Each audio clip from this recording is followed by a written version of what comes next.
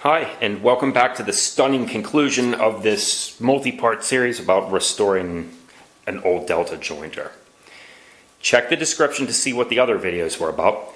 This one will be about assembling this fence, which is kind of a work of mechanical art, and also about, I'm going to try to get the knives back in this cutter head. And specifically I'm going to focus on how to do a real quick and easy sharpening. Peppered throughout these videos have been a bunch of tips and tricks, things I've learned along the way that I'd like to share with you. This thing is finished with oiled linseed oil. And that's kind of a strange finish to use on metal, but so far I'm pleased with it. It gives it that rustic old metal look, and I really like that. But there's something I want to tell you about it. After a thorough rust removal and then a thorough cleaning with mineral spirits, all of the metal parts were given 2 coats of boiled linseed oil. And it so far seems to have held up pretty nicely against grease and oils and stuff. This is WD-40. Yeah, it's a refillable can. You can solder a valve stem in from an old bike tube, and then you can just fill it up and give it 100 psi of air.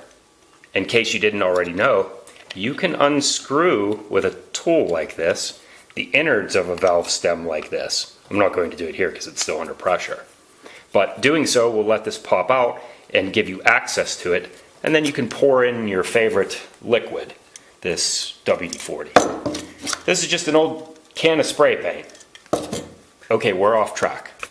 But my point was, WD doesn't seem to eat the linseed oil. And that's a good thing, so we can use that for cleaning. However, take note that anti-seize did kind of stain it, and it was tough to get it off. I had to scrub.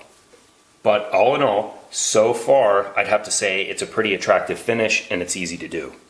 Also, get it really warm when you're doing it, because if you heat the metal up, the linseed oil will polymerize faster. Okay, the fence. These 2 parts, if you can strip them all apart down to just these, then they can be surfaced. Exactly as I did in the other video. I didn't mention these parts though. Let's put this thing together. And of course, we're using anti-seize. Maybe it's not for you, but it's certainly for the next guy. Anti-seize truly is a gentleman's compound.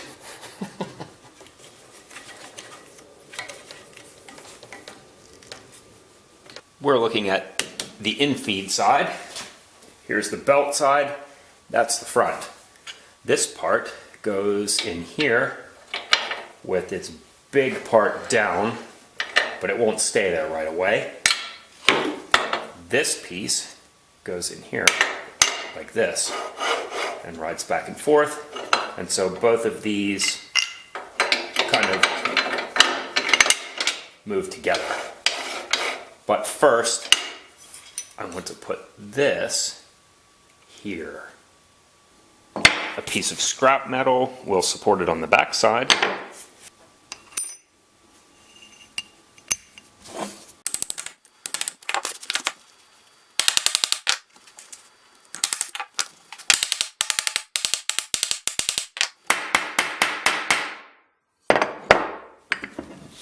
Eventually this part will go through this assembly, which for the time being I have a piece of wire holding it all together.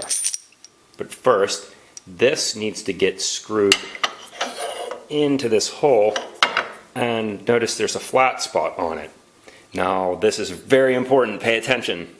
When this is sunk all the way into the flat spot, you can use a hex wrench to tighten up the set screw to hold it in place.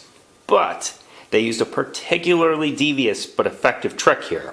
Instead of using one long set screw, they used 2 short ones. Now, this seems stupid, except that it's really quite brilliant. Because once you have one tightened all the way down, there's still room for a second one, and this one, once tight, acts like a jam screw. and it's way less likely for either of them to come loose. But you really have to watch out for this, because when you're first doing your breakdown, it just looks like a greasy hole and you might not notice that there were two of them in here. That's perhaps my favorite thing about fixing things. Breaking them down and coming to understand how they work, because things like this have a puzzle aspect to them, and I've always loved that. A lot of thought went into making a machine like this. Next goes this part, which is missing the knob, but this is a wrench on both sides. Wrench 1 adjusts that nut there, and wrench 2 will adjust this hex cap.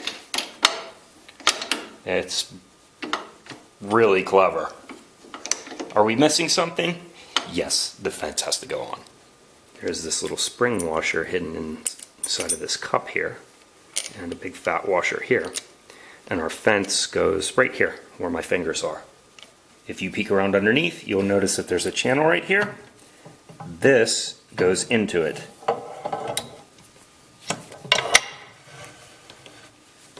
And that lets it do this. There's our threaded hole.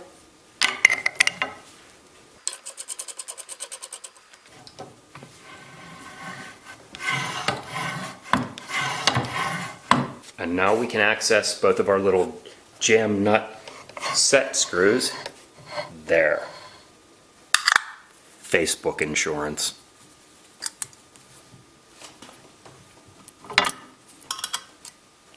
Set screw 1, set screw 2. Hopefully you have a longer Allen wrench.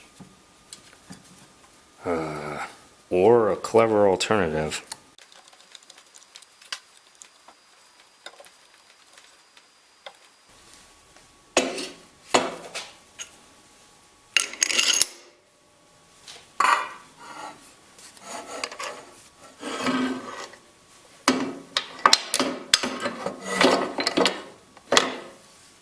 This is supposed to go on there, but for now, let's just put this in place while we work on giving it my signature handle.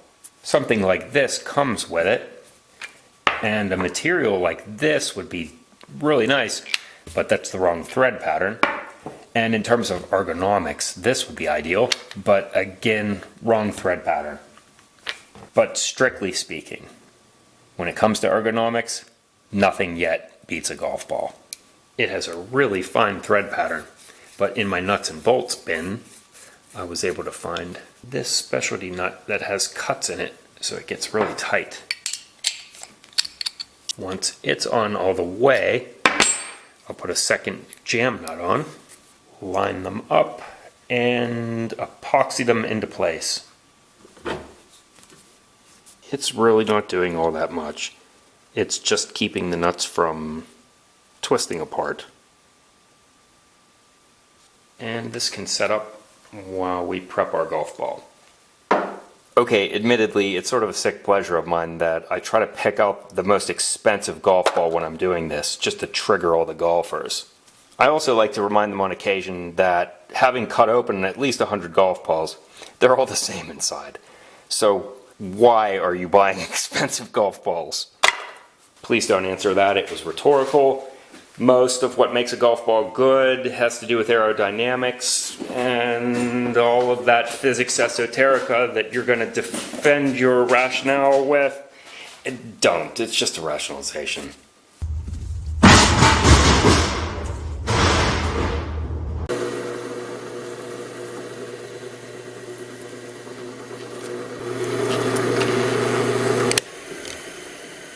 Green this time. Admittedly, that must be a new technology.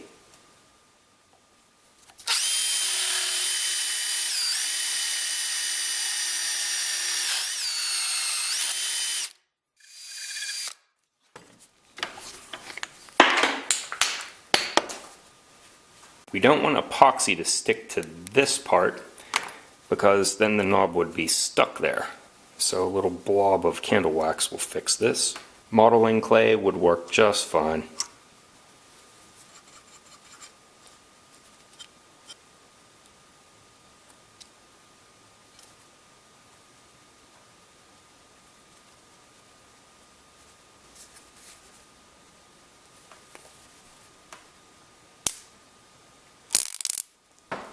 It easily cleans up with alcohol until it's cured.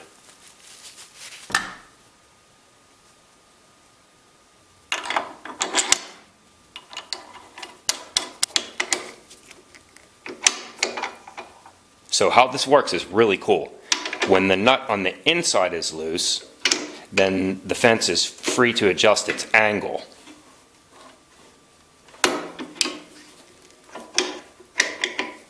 Tighten that up, and then adjust the nut on the back side, and the fence is free to adjust left and right. Under here, there's another set screw and a pointer, which I've filed and painted white. I'll zero it later, but for now, let's take a look at how it works.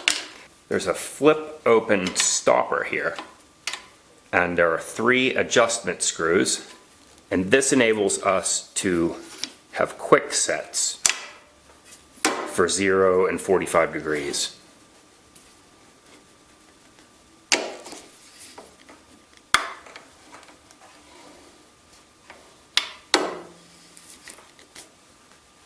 Squaring the fence up is easy. We make sure this nut on the inside is loose, and then we loosen the set screw here, adjust here, and once it's square, tighten this. And now the needle can be zeroed. The last thing that I'll do to the fence is to add a piece of plastic to it. I'm using 1/4 inch high density polyethylene, which will attach through the 3 holes in the fence after first making sure that it's nice and tight to the infeed table. Next, I clamp the plastic and drill all 3 holes. And finally, make a countersink in the plastic for a flathead screw.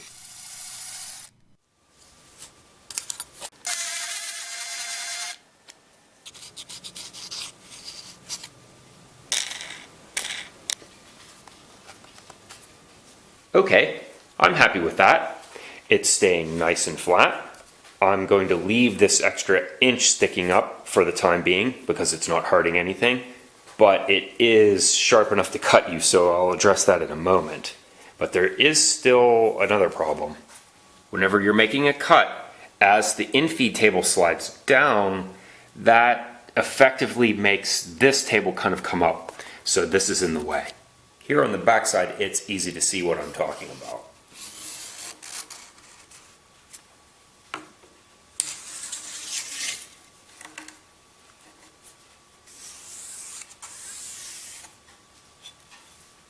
It's very difficult to tell on video what the difference is, but to the skin, the difference between sharp plastic and smooth is night and day.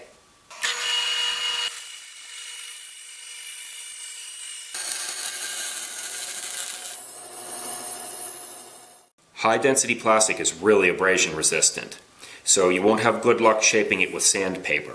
Instead, look for a cutting tool, like a sharp file, a block plane, or even a deburring tool like this.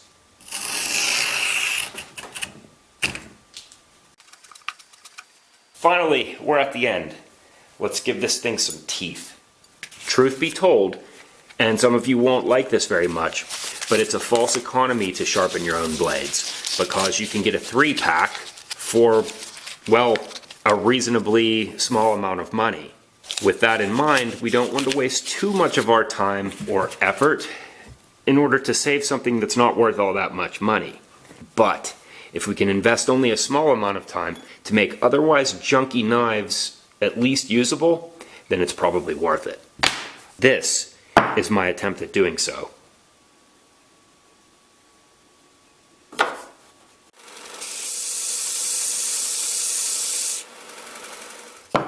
Phase 1 only takes seconds. Phase 2, you can take as long as you like. Works even better if you clamp the stone down and add some bar soap to reduce friction. How much time am I willing to spend? Well, I spent my time making the jig, so now I don't want to spend more than a minute per knife. How well does it work? Take a look.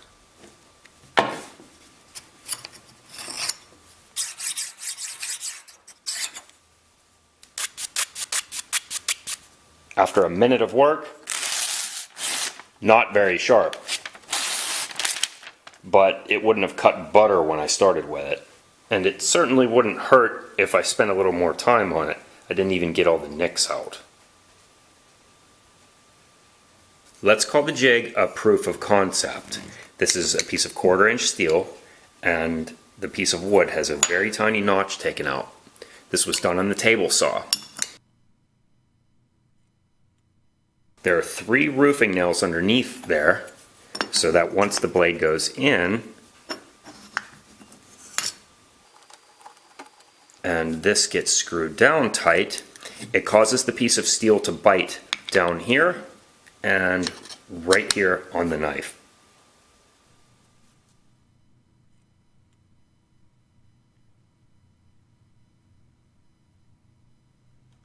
Assembly note: before we can get started, we have to thread these little bolts into this bar. We do this opposite the sharp edge, and these are not threaded at 90 degrees, so be careful. They're at a very slight angle so that they fit better against the cutter head. Pretend as though you and I are looking from the front of the jointer. Blade goes like this, and assembly goes like this. This subject is sort of complex, and in fact, I don't really consider myself qualified to make a how-to video. But I'm going to simplify it as best as I can, and maybe in doing so, that makes me the perfect person to do this. Now that everything's in here correctly, I'm going to center it up on the cutter head, and I'll snug up these bolts. Take a moment to consider that by snug up, I mean to loosen the bolt, because doing so applies pressure to both the blade and the cutter head. I found this junky wrench that I sanded down just a little bit because it's a really narrow gap. This message on the piece of masking tape reminds me which way to crank on the wrench. Sometimes it's just best to put your brain in stasis.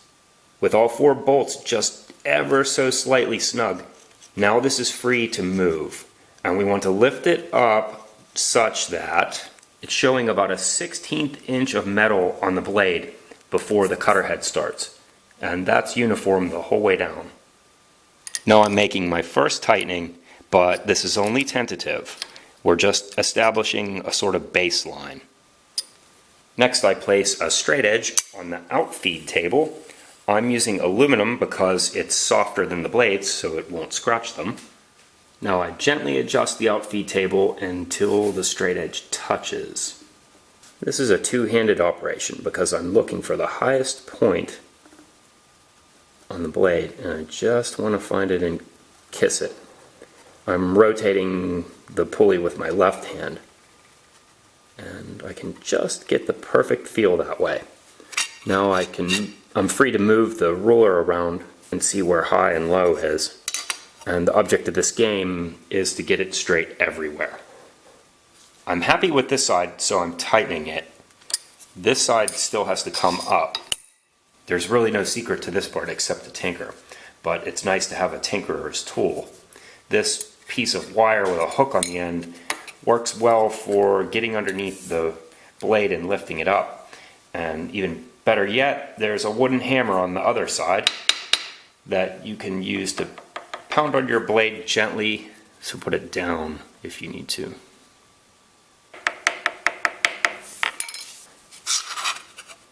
Notice that the method that I'm using requires that I don't have a fence in place. If you have a fence in place, you'll have to move it with your fingers, and I don't advise that. Use the pulley. I like it there because it's the same the whole way across. So there I will tighten. And now the object of the game is to get the other two to be exactly the same. Technically, the blade needs to be a little bit higher than the outfeed table. And so lots of times you'll see people doing this and measuring how much it picks it up and drops it. As long as you can adjust your outfeed table, how much it moves in that way doesn't matter so much. The more important point is that it moves the straight edge the same amount whether you're here, here, or here. Using this lift and drop method, We zero it first, and then we measure how much it moves, about 6 or 7 millimeters. We're trying to quantify and thus measure error here. A crude analogy for what's happening here is when you take a round flashlight beam and you stretch it by holding it at an angle. But once again, I want to emphasize, it doesn't matter how much the blade is sticking up from the table right now, because I can always adjust the outfeed table. The important part is that it's the same the whole width of it. And now that my first blade is tightened, no more touching the outfeed table crank. Not until all three are set in place. Second one went great, so real quick I'll review for the third. First, pick it up a little bit high. Remember, we want about a 1/16 here, so start out with about an 1/8, and then use the wooden hammer to pound it down. Now we're using the drag and drop method. Incidentally, for my case, I'm aiming for between 7 to 9 millimeters. Too low. Pick it back up a hair, and now drive it down to where it has to be.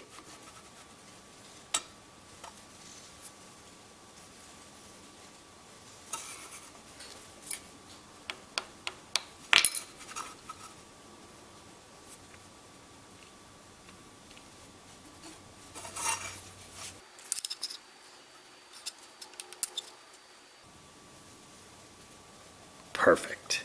All done. Everything went great. And honestly, the drag and drop method was way faster and easier than I thought it would be. Just remember that it's easier to pick it up higher than it needs to be and set it down.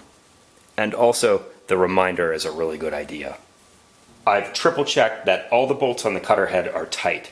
And so at this point, I'm now free to adjust the outfeed table. Time to close that little gap that's described in figure 10. This little part on the guard smashes against the metal and it makes a terrible noise. So I'm going to cut a little piece of leather to soften the impact. I'll just glue it on there. There's also a copper washer that limits wear.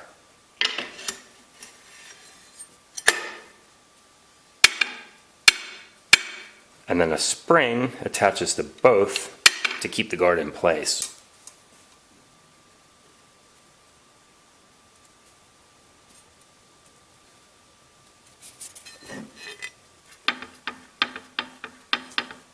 In case you're wondering, after this part was painted, it was given some clear lacquer.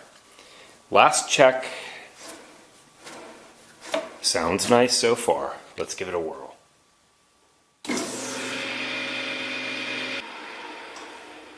That's a nice sound.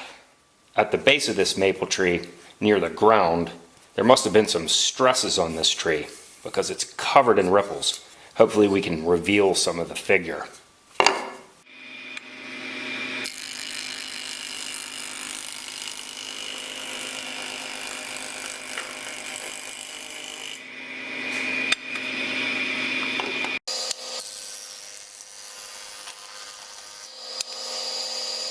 Wow. Smooth as a piece of glass. Those ripples are not from the knives. That's figure in the wood. I guess just like our old jointer, there's beauty in an apparent piece of junk, isn't there? Still not that perfect. I have some fine-tuning to do. You can see some mild roughness there. So I would still have to sand this piece. But I could try putting on some new knives too. I hope this was useful to you. This video series was long and it was a lot of work. Well, thanks again for joining me. Expect to see this machine in upcoming videos because I don't think it's going to wear out anytime soon. Now I just have to find a place to park it. Look at that. It works.